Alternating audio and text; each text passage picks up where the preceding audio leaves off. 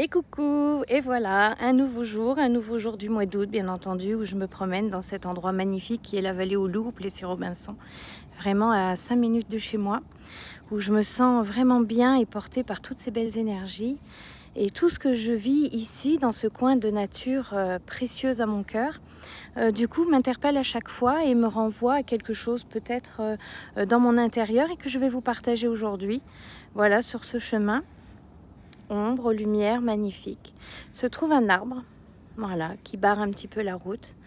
Donc un arbre mort, mais qui est tombé, je pense, voilà, qui a été complètement déraciné.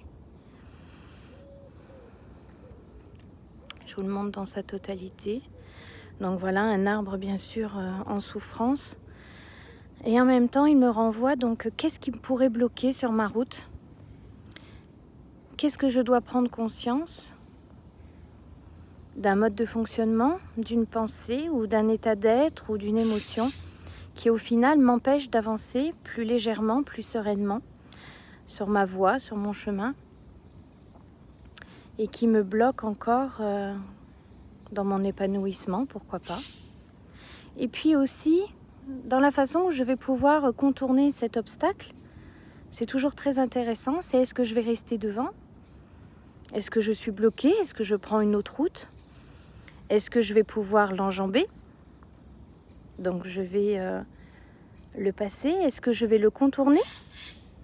Tout ça me parle bien sûr de notre voie spirituelle, qu'à chaque obstacle, à chaque résistance que nous rencontrons sur notre chemin, dans notre propre développement à nous-mêmes, comment nous traversons, comment nous restons bloqués, quelle est notre attitude face justement à une barrière,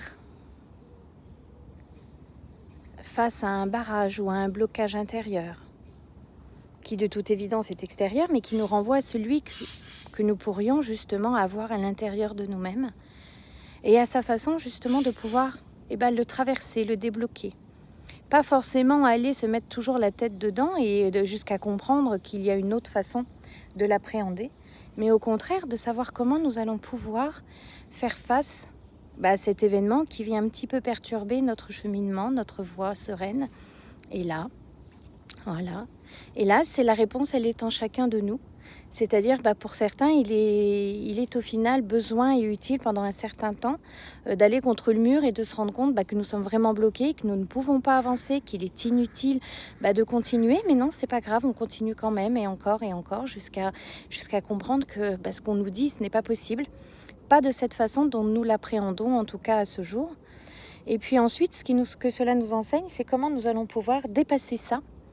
C'est-à-dire, est-ce que nous le contournons? Est-ce que nous allons l'enjamber pour pouvoir justement traverser ce mur? Et donc, traverser ce mur, qu'est-ce que ça veut dire?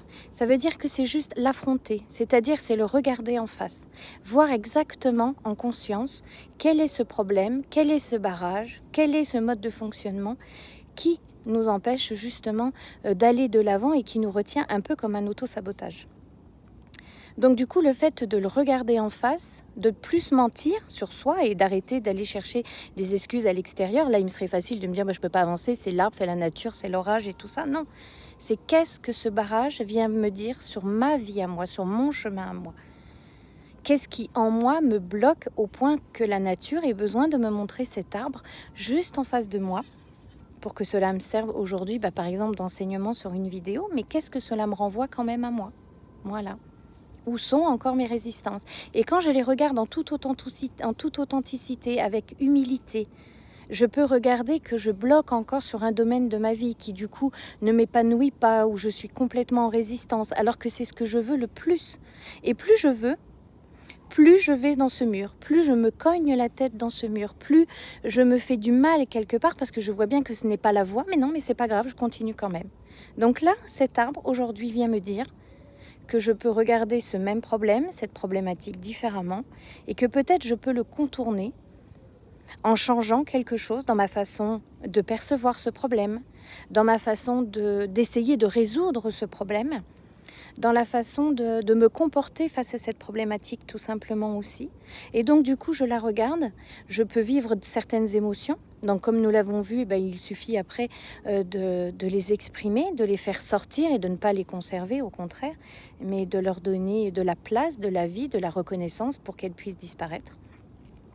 Et une fois que j'ai vu tout ça, je me dis, bon voilà, j'ai vu ce qui bloquait, qu'est-ce qu'aujourd'hui je suis capable de mettre en place, en œuvre, pour que ce mode de fonctionnement, cette pensée, cette émotion ou cet état d'être que j'ai à l'intérieur, cet auto-sabotage n'en soit plus un. 3 petits points. Allez, très très belle et douce journée à vous. À très vite.